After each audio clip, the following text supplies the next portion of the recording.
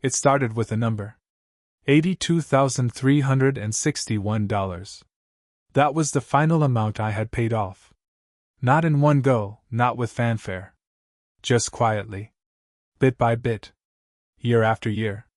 While my knees gave out climbing ladders, while my wife rubbed aching feet after 12-hour night shifts. It was the number printed on the final loan statement from the Department of Education. A simple sheet of paper. Nothing celebratory about it. But to me, it felt like a gravestone. We buried our best years into that number. My name is Richard. I'm 59. For the last 30 years, I've worked maintenance at public schools across our county. I fix what's broken. Sinks. Lights. Roofs when the storms hit. And when there's nothing to fix, I scrub floors, shovel snow, change filters. It's not glamorous, but it kept food on the table and dreams on the horizon. My wife, Helen, is stronger than me in ways I'll never admit out loud. She worked nights as an ER nurse, then came home to pack lunches and braid hair and pretend like the chaos of her shift didn't still echo in her chest. For 18 years, we lived paycheck to paycheck, but we never once missed a tuition bill. We told ourselves it would all be worth it. Because our daughter, Emily, was going to change everything. She was our bright star. Top of her class in high school. The first in our family to go to college, let alone a prestigious one out of state. When she got her acceptance letter to Whitmore University, Helen cried in the kitchen. Not because of the cost, that came later, but because it meant Emily had made it. We all had. She wanted to study communications. Said she'd be a journalist, maybe work in political media. I didn't understand half the words on her syllabus, but I nodded like I did. We smiled through FAFSA forms and loan approvals and book fees that made me wince. We didn't tell her how tight it really was. We wanted her to focus on becoming more than we were. And for a while, it felt like we had made the right sacrifice. Her texts were full of excitement. New classes, clubs, internships. She made the dean's list twice. She sent photos of her dorm, her roommates, her campus covered in fall leaves. When she came home for breaks, she was different, more polished, more opinionated, more distant. But we chalked it up to growth. We didn't want to be the parents who held her back. One winter, we pawned Helen's wedding ring to cover an unexpected tuition hike. Another time, I sold my truck, the one I'd saved up for over a decade, just to pay off a semester early and avoid late fees. Emily never knew. We never told her. We wore our struggle like invisible armor. Proud. Silent. Until the letter came. A thin white envelope from the Department of Education. Marked, paid in full. Helen smiled when she saw it. I didn't. I stared at that number. $82,361. 24. I should have felt proud. Relieved. But instead, something inside me, something I didn't recognize, began to twist. Because 2 days earlier, I had seen something. It was a photo. Posted on social media by a former student from my school, one who now attended the same university as Emily. He had tagged a group of people in it. One of them looked familiar. Emily. In a tight red dress. On a rooftop bar. With a cocktail in one hand and a caption that read, "Fake degree, real vibes." At first I thought maybe it's a joke. Maybe it's just kids being ironic. But the more I looked, the more uneasy I felt. The background didn't look like any campus she'd shown us. The comments weren't classmates. They were promoters, photographers, influencers. And then I noticed, her LinkedIn said she worked in luxury brand ambassadorship. Her Instagram? Full of PR events and fashion launches.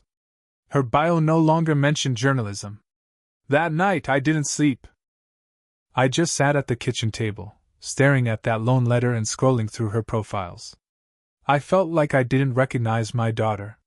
Had we paid for this? Was this the dream we sacrificed everything for? When Helen woke up, I didn't tell her. Not yet. Because something in me, something deep and painful, needed to be sure. And I knew there was only one way to find out. I had to go to Whitmore myself. I didn't tell Helen. I couldn't. Not yet. I didn't know what I had seen, not really. Maybe it was all a misunderstanding. Maybe Emily was just networking, exploring options, doing what young people do. Maybe I was being paranoid. Or maybe I wasn't ready to say it out loud because once I did, it would be real. So I kept quiet. The next morning, I called off work and told Helen I was going to help a friend in the next county over. She didn't ask questions. After 35 years together, she trusted me. I wish I'd felt worthy of that trust. I drove to Whitmore University. It wasn't the first time I'd been there. We'd dropped Emily off that first semester. I remember her wide eyes, the way she clung to Helen's hand like she was 5 again. The buildings had that old Ivy League charm, brick and stone, with pillars and wide green lawns. The kind of place that makes you feel like the world is open to you. But this time, the campus felt foreign. Students bustled past, headphones in, coffee in hand, lost in their own lives. I walked the paths, my boots too loud on the cobblestone. I found the communications building, the one Emily had sent us pictures of. I stood outside, unsure of what I was looking for. Then I stepped inside. The front office receptionist looked up with a practiced smile. "Can I help you?" "Yes," I said, trying to sound casual. "My daughter, Emily Carter.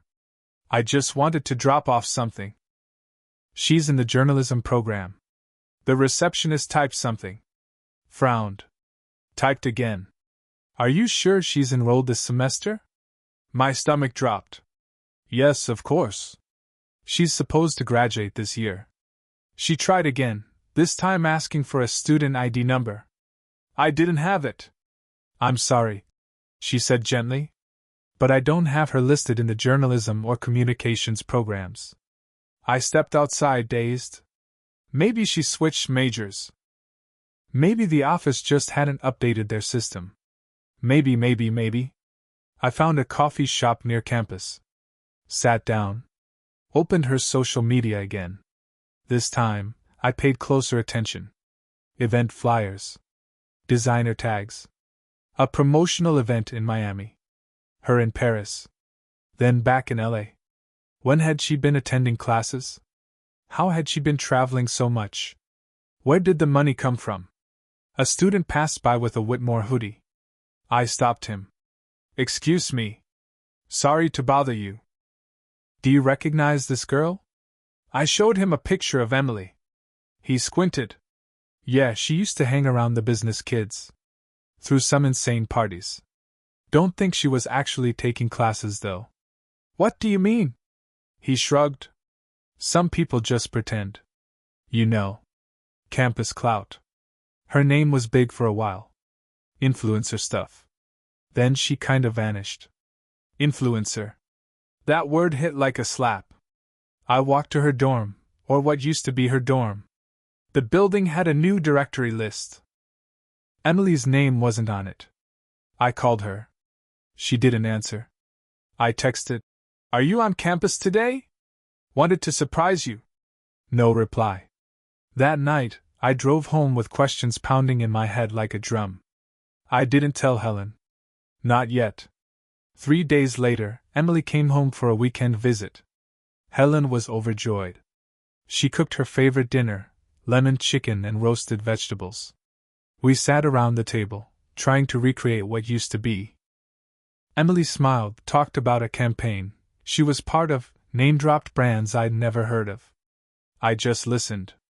Until I couldn't. "How's school going?" I asked. She hesitated. Just for a second. "Busy," she said. "Lots of capstone work. Stressful. But good." Helen beamed. "You're almost at the finish line, baby." I stared at her. She didn't look at me. "What's your GPA this semester?" I asked casually. It's around a 3.6, I think. Maybe 3.7. I'd have to check." "And your advisor? Still Dr. Peters?" Another pause. "Yeah," she said slowly. We mostly email.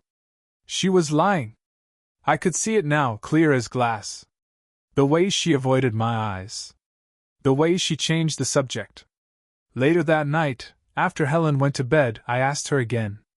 Why did the registrar have no record of you in the program? She stiffened. You went there? Yes. I needed to see for myself. You had no right. I paid for it. I said quietly. Every dollar. I have every right. Her mask slipped.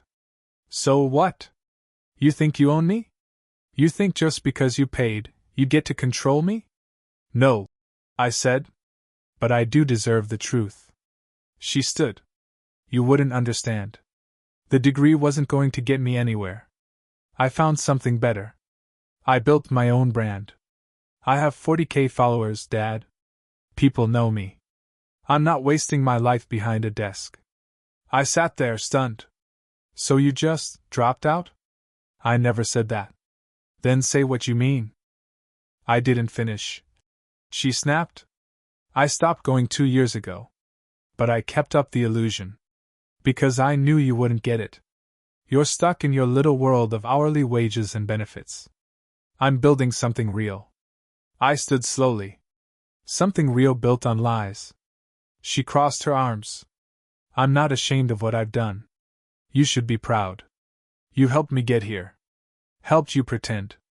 Her jaw clenched. You're just mad you wasted your money. No, I said. I'm mad I wasted my faith. She left the next morning. Helen asked what happened. I told her. She didn't cry. She just sat very still. Then she stood up, walked into the bedroom, and closed the door. We didn't speak for the rest of the day. That night, I opened the drawer where we kept every bill, every receipt, every note we ever took about Emily's education. I looked at them one by one. Then I lit a match. The smell of burning paper lingered in the air like a funeral pyre. I sat alone in the kitchen, watching the smoke drift out the open window, curling into the night like a spirit being set free. Every tuition bill. Every loan receipt. Every handwritten budget note Helen and I scribbled on napkins and envelopes. All of it was gone. Just ashes. Helen didn't ask about it. And I didn't offer. But I knew she heard me. Heard the flick of the lighter. Smelled the smoke. Felt the silence that followed. Maybe that was her way of letting me grieve in peace. Or maybe she was grieving too. The next few days passed like a fog. Emily didn't call. Helen barely spoke. We ate in silence, slept in silence, existed in silence. It was strange how quickly years of routine could unravel into unfamiliarity. On the fourth morning, I found Helen sitting on the back porch with a cup of tea and the photo album Emily had made for us in high school, the one with glitter on the cover and, "To the best parents ever," in bold purple marker. I sat down beside her. She didn't look up. I think I knew, she said softly. Knew what? That something wasn't right. She never wanted to talk about classes. Avoided bringing up professors. Always deflected when I asked about exams. You didn't say anything. Neither did you. She was right. We'd both seen the cracks and chose to look away, hoping time and money would plaster over them. We failed her. Helen whispered. No, I said. She lied to us. She failed herself. Helen shook her head. But why? Why go through all that effort to hide it? I didn't have an answer. Not one that made sense. Not one that would make it hurt less. Later that day, I got a call from the bank. A reminder that the final installment on Emily's student loan was processed, the one I co-signed 5 years ago. I thanked them and hung up without a word. 5 years of payments. 5 years of overtime, skipped vacations, and second-hand clothes. And for what? So she could rent designer dresses, fly to influencer events, and build a brand on fiction. I started noticing things. An unopened package addressed to Emily with a luxury label. A second credit card charge from a club in New York, on our joint emergency account. A comment on her latest photo. Can't believe you pulled this off without ever getting that degree. Queen! I clicked on the profile. A friend of hers from LA. One of the same girls who'd appeared in all those party pictures. I kept scrolling. And then I found it. A short video.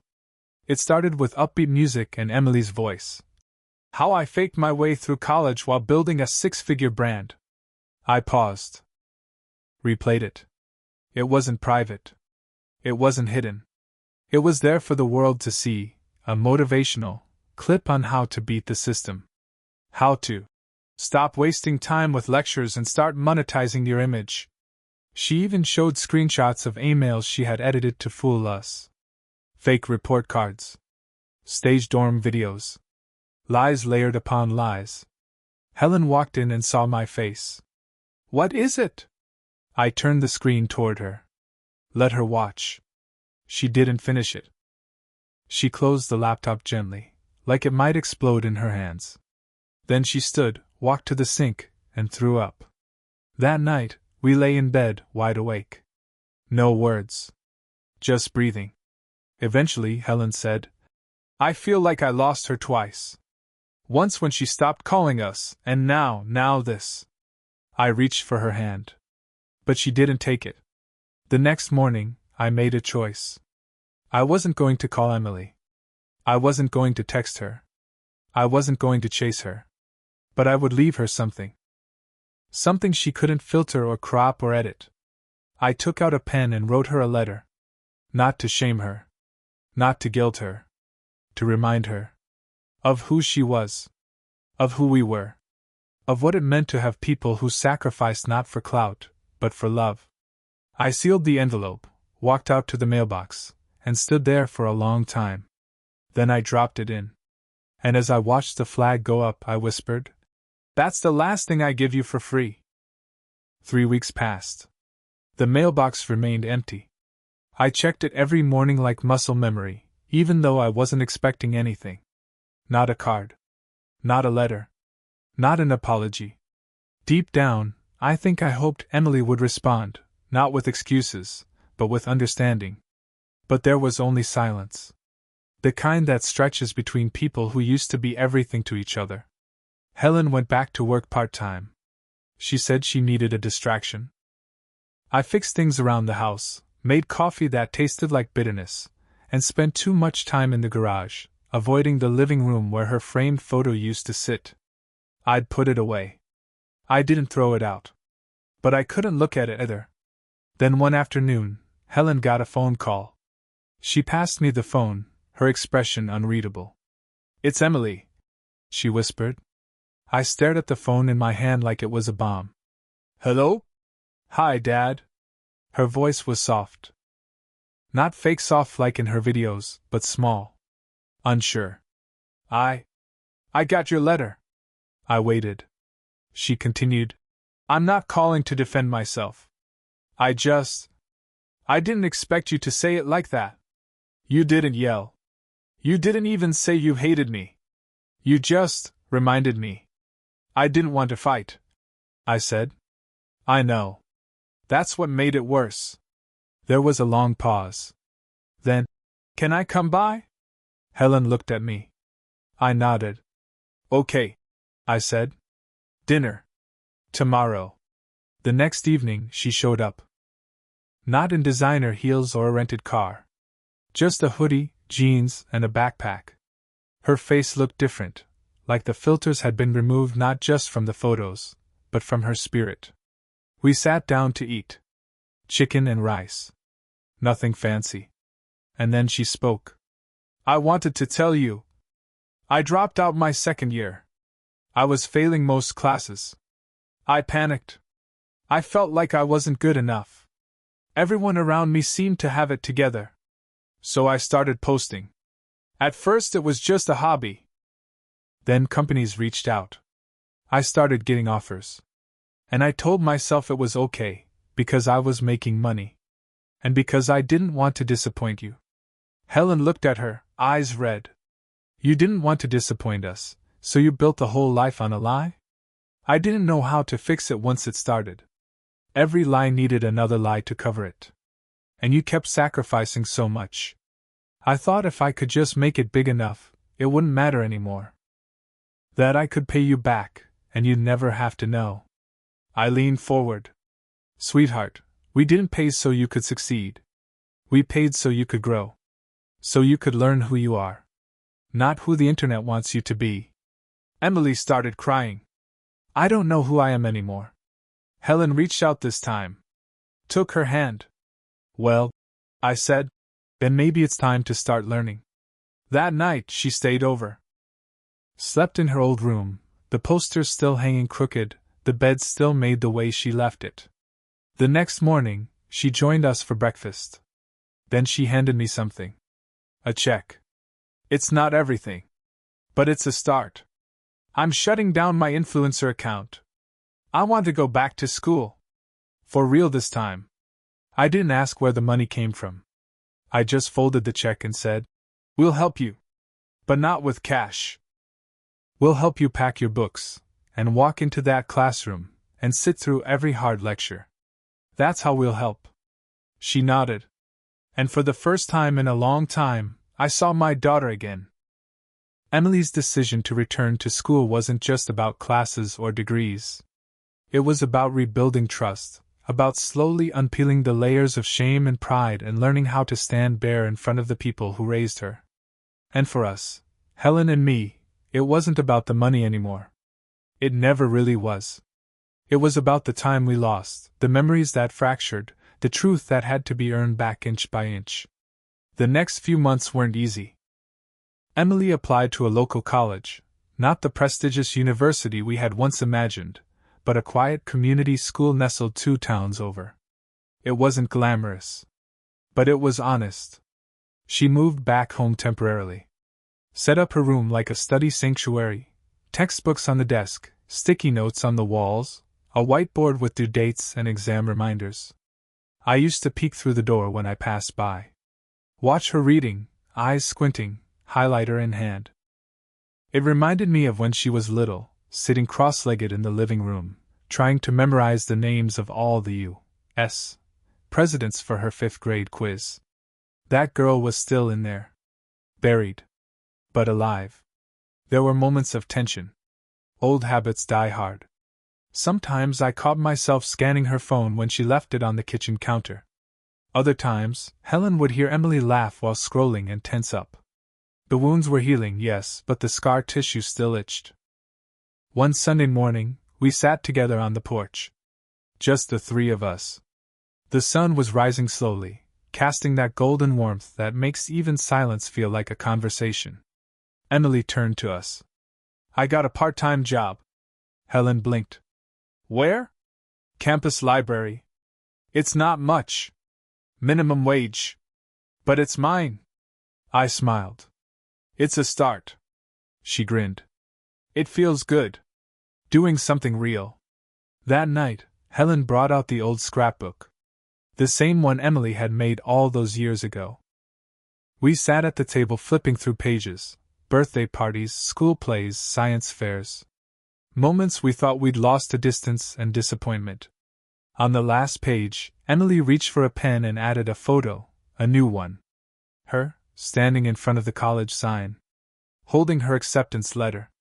No filters. No edits. Real life. She wrote underneath. I didn't cry. But my heart did something I hadn't felt in a long time. It exhaled. Weeks turned into months. Her grades were solid. Her sleep schedule, shockingly, regular. She started tutoring kids in English, joined a student writing club, and once, to our absolute shock, she turned down an offer from a brand that wanted to collaborate. Said it didn't align with her values anymore. One afternoon, while helping me in the garage, she asked, Do you regret it? Regret what? Everything. Paying for school. Believing in me. I looked at her. Really looked. I regret not asking more questions. I regret trusting silence. But I don't regret you. She wiped a tear. Even when I was a total mess? You weren't a mess. You were lost. And now you're finding your way. She reached for a rag, wiped grease off her hands, and laughed. College and car parts. Who would have thought? A few nights later, I received a message on my phone. It was from Emily. A video. I tapped it open. It was her sitting in her room, in front of her webcam. "Hi," she said to the camera. "I wanted to make this for anyone out there who's ever messed up. Who lied. Who felt like the only way out was deeper in. I lost myself. But my parents, they didn't give up on me. Even when I gave them every reason to.